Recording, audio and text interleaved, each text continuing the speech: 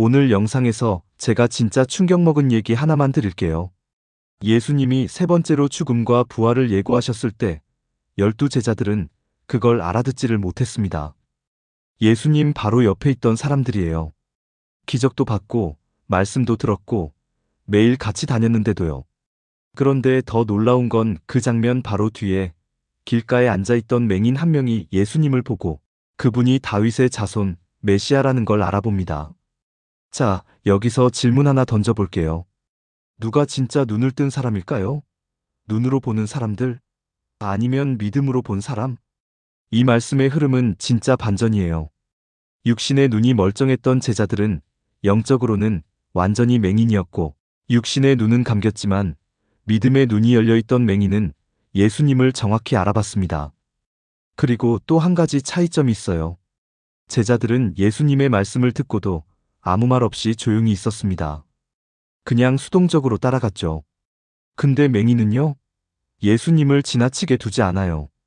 다윗의 자손 예수님, 나를 불쌍히 여겨주세요. 소리를 반복해서 외쳐요. 누가 봐도 그 사람은 간절했고 믿음으로 행동했던 사람이에요. 여기서 우리 삶에 대한 굉장히 중요한 질문이 하나 나옵니다. 교회를 오래 다니고 성경도 많이 알고 종교적 활동도 많지만 혹시 진짜 중요한 걸 못 보고 있는 건 아닐까요? 말씀을 듣고도 반응이 없는 제자처럼 내 마음이 이미 닫혀 있는 건 아닌지요. 자, 이제부터 우리는 영적인 눈을 뜬다는 게 도대체 무슨 의미인지, 그게 내 삶과 어떻게 연결되는지를 본격적으로 살펴보겠습니다. 그런데 이걸 이해하려면 먼저 감추어진 진리라는 아주 흥미로운 개념부터 봐야 합니다.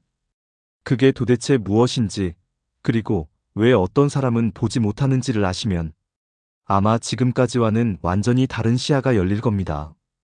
여러분, 누가복음 18장 34절을 보면요. 감추었으므로라는 말이 나옵니다. 겉으로 보기엔 그냥 지나칠 수 있는 구절인데요. 이 안에는 엄청난 깊이가 숨어 있어요. 여기서 말하는 감추었다는 건 단순히 제자들이 이해하지 못했다는 뜻이 아닙니다. 원래 헬라어 원문에서는요.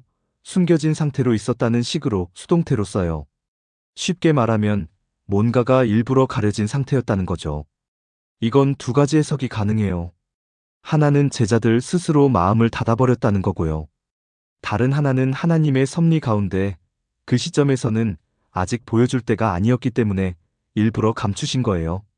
랍비 요하난 벤 자카이가 했던 말이 딱 이 상황과 맞닿아 있어요. 하나님은 사람의 마음의 때를 따라 진리를 열어주신다. 이게 무슨 뜻이냐면요. 영적인 진리는요. 아무에게나 아무 때나 주어지는 게 아니라는 겁니다. 마음이 준비된 자만이 그것을 받을 수 있다는 거예요. 지식이 많다고 성경을 많이 읽는다고 무조건 진리를 깨닫는 게 아니에요. 그게 가능하려면 하나님이 우리 마음의 문을 여실 때까지 기다리는 것도 필요합니다. 진짜 중요한 얘기니까 다음 내용 집중해서 들어보셔야 해요. 진리를 받아들이는데 왜 그렇게 벽이 생기는지, 그리고 그 벽을 어떻게 넘어설 수 있는지 본격적으로 살펴볼게요. 예수님이 죽음과 부활을 3번이나 말씀하셨는데도 제자들이 끝까지 그걸 이해 못한 이유는 단순히 정보가 부족해서가 아니었습니다. 예수님의 말씀을 들었지만 그 말씀이 그냥 정보로만 남아있었던 거예요. 우리가 어떤 말을 듣고도 감동이 없고 깨달음이 없을 때가 있잖아요. 그건 믿음이라는 게 단순한 지식이나 논리적 이해에서 나오는 게 아니라 영적인 눈이 열려야만 가능하다는 것을 보여주는 거예요. N.T. 라이트는 이걸 이렇게 표현했어요. 예수님의 죽음과 부활이라는 사건은 오직 부활 이후에야 의미가 드러나는 코드였다고요. 쉽게 말하면 그 전까진 아무리 들어도 해석이 안 되는 퍼즐 같은 거였던 거예요. 여러분, 아무리 똑똑한 사람도 눈앞에서 진실을 보고 있어도 영적 계시가 없으면 그냥 못 알아보는 겁니다. 그러니까 제자들이 예수님의 예언을 듣고도 멍하니 있던 건 무식해서가 아니라 영적 인지가 닫혀 있었기 때문이에요. 우리가 신앙생활하면서 하나님의 뜻을 자꾸 인간적인 기대와 현실로만 판단하게 되는 이유도 여기 있어요. 하나님의 섭리는 우리의 예측과는 전혀 다르게 흘러갈 수 있거든요. 그런데 그걸 이해하려면 믿음이 있어야 하고 그 믿음은 단순한 감정이 아니라 하나님과의 만남에서 나오는 거예요. 이제부터 중요한 건 그 만남이 우리 삶에 실제로 어떻게 작동하느냐는 거예요. 바로 그 이야기를 다음에서 더 깊이 다뤄보겠습니다. 지금부터는 놓치면 진짜 아깝습니다. 목사님 설교를 들으면서요. 어떤 반응이 나오는지 가만히 살펴보면 내가 지금 영적 계시가 열려있는 상태인지 아닌지를 어느 정도 알 수 있습니다. 첫 번째 반응은요. 그냥 말씀을 듣고 아, 그렇구나 하고 이해하는 수준이에요. 이건 인지적인 이해라고 할 수 있어요. 머리로는 알아들어요. 이건 사실 교회 오래 다닌 사람이라면 누구나 가능한 단계예요. 근데요, 두 번째 반응이 생기면 조금 달라요. 마음이 울려요. 괜히 눈물이 핑 돌고 이거 나한테 하시는 말씀 같은데? 하는 그런 느낌이 오는 거예요. 이건 단순한 이해를 넘어서 직관적 깨달음이라고 볼 수 있어요. 마음이 열리는 거죠. 심장이 쿵하고 반응하는 거예요.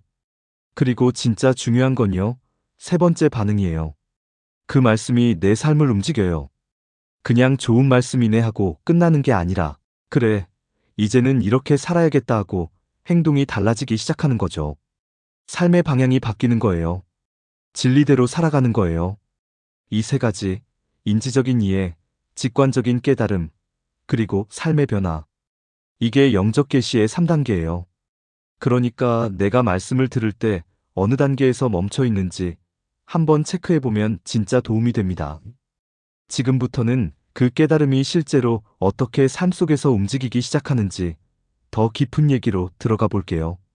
지금부터가 진짜 중요한 이야기입니다. 루이스는 이런 말을 했습니다. 영적 계시는 정보를 넘어서 존재를 바꾼다고요. 그러니까 우리가 말씀을 그냥 머리로만 아는 걸로는 절대 부족하다는 거예요. 중요한 건 그 말씀이 내 삶의 방향을 완전히 바꿔버릴 수 있느냐는 거예요. 그래서 계시는 단순한 지식이 아니라 삶의 전환점입니다. 그럼 그 계시는 어떻게 시작될까요? 먼저 우리가 하나님의 말씀을 그냥 정보처럼 대하면 안 됩니다. 예수님의 가르침도 마찬가지예요. 그냥 좋은 말씀이네 하고 넘기면 아무 일도 일어나지 않아요.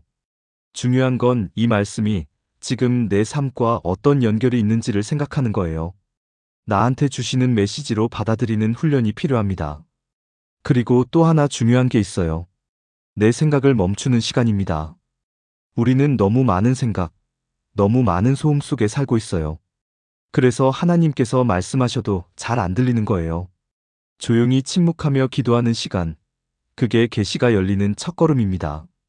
그렇게 마음을 열고 기다리다 보면 어떤 구절이 갑자기 마음에 박히기도 하고 어떤 말씀이 나를 계속 따라다니기도 해요. 그게 그냥 우연 같지만 실제로는 하나님이 주시는 신호일 수 있어요. 그리고 그 메시지를 따라 작게라도 실천해 보는 겁니다. 아주 작아도 괜찮아요. 그 작은 실천이 우리의 삶을 움직이기 시작하는 순간입니다. 그 다음부터 정말 놀라운 일들이 벌어집니다.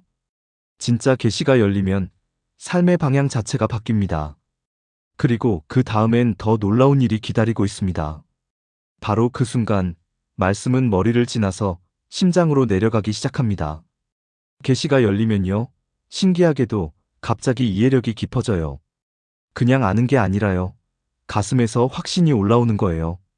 이건 정말 머리로 이해하는 차원이 아니라 마음으로 받아들이는 거죠. 그리고 어떤 말씀이나 생각이 계속 떠오르기 시작해요. 자꾸 생각나고 자꾸 마음에 걸리는 거예요. 이런 반복은 단순한 망상이 아니라 하나님의 메시지일 가능성이 크죠. 그리고 나서 행동이 바뀌어요. 이게 중요한 포인트인데요. 내가 바꿔야지 하고 다짐한 것도 아닌데요. 그냥 자연스럽게 달라지는 거예요. 예를 들어 예전엔 그냥 스쳐 지나가던 기도 시간에 괜히 눈물이 맺히고요. 찬양 들을 때 가슴이 먹먹해지기도 하고요. 어떤 날은 예배 시간에 예기치 않게 울컥하고요. 이건 단순히 감정적인 눈물이 아니라요. 마음 깊은 곳이 열린 반응이에요. 내면이 깨어나는 경험이죠. 그리고 마지막으로 완전히 새로운 통찰이 열려요. 그전엔 도저히 이해가 안 되던 세상의 일들, 인간관계의 상처, 고난과 시련 같은 것들이요. 갑자기 다른 시선으로 보여지기 시작해요. 아, 이래서 그랬구나 하고 무릎을 탁 치게 되는 순간들이 생겨요. 이건 책으로도 배울 수 없는 통찰이에요. 머리가 아닌 존재 전체가 변화되기 시작한 거예요. 이제 진짜 흥미로운 이야기가 나와요. 우리가 계시를 방해하는 건 뭘까요? 지금부터는 그 이야기를 해볼게요. 집중해서 들어보세요. 이건 지금까지랑은 또 전혀 다른 시선이 될 거예요. 말씀이 나를 부수고 나를 다시 세우는 순간이 바로 계시의 순간이라는 말. 이거 진짜 와닿지 않으세요? 그런데요, 이런 강력한 계시가 우리 안에서 막힘없이 일어나려면 방해하는 것들이 뭔지를 먼저 알아야 돼요. 가장 흔하게 나타나는 게 바로 나, 이거 다 아는 얘기야 라는 태도예요. 이게요, 은근히 자주 튀어나오는데 진리를 완전히 튕겨내는 교만이에요. 진짜 위험하죠.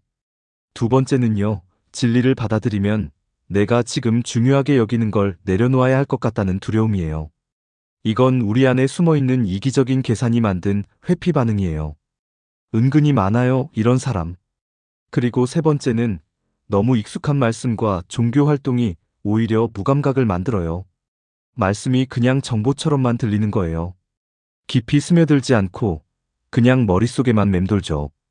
이건 말씀을 사는 게 아니라 그냥 듣는데 그치는 거예요. 네 번째는요, 은혜를 감정으로만 착각하는 거예요. 찡하거나 눈물 나야 은혜 받은 거라고 생각하시는 분들 있죠? 근데 하나님은 감정쇼를 하시는 분이 아니시거든요. 감동이 없으면 하나님도 없다고 느끼는 건 착각이에요.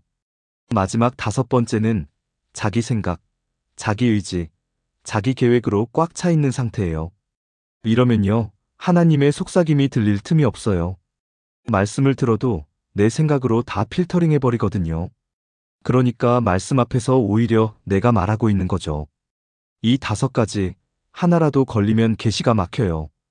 그러니까 지금 내 안에 이런 방해 요인들이 있는지 점검해 보는 게 진짜 중요해요. 이제 진짜 중요한 이야기로 넘어가 볼게요. 대체 어떻게 해야 이 방해 요인들을 넘고 영적 계시를 경험할 수 있을까요? 지금부터가 핵심이에요. 절대 놓치지 마세요. 그래서 결국 진리는 언제나 가까이에 있지만요. 마음이 닫혀 있으면 아무리 좋은 말씀도 스쳐 지나가는 정보가 될 수밖에 없습니다. 우리 안에 쌓인 고정관념, 익숙함, 그리고 감정적인 중독이요. 하나님의 속삭임을 막는 벽이 될 수 있다는 거 꼭 기억하셔야 해요. 그래서 오늘 말씀을 마치면서요. 함께 기도하며 이 마음을 하나님 앞에 열어드리고 싶습니다. 사랑과 은혜가 많으신 하나님, 주님을 찬양합니다.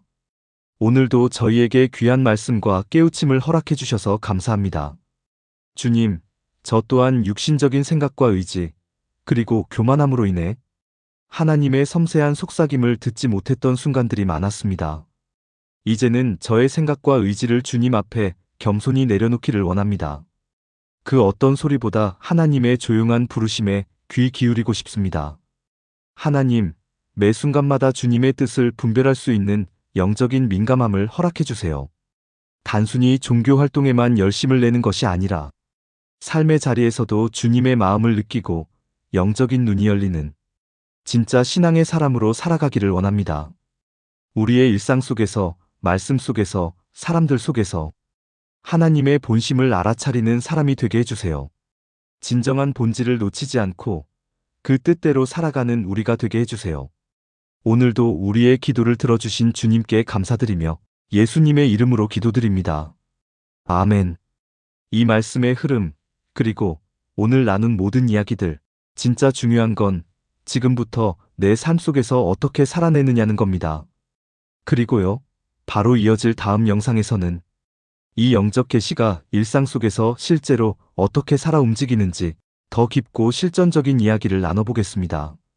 진짜 핵심이 뭔지 놓치지 않으시려면 구독, 좋아요, 알림 설정까지 꼭 해두세요. 마지막까지 시청해주셔서 정말 감사합니다.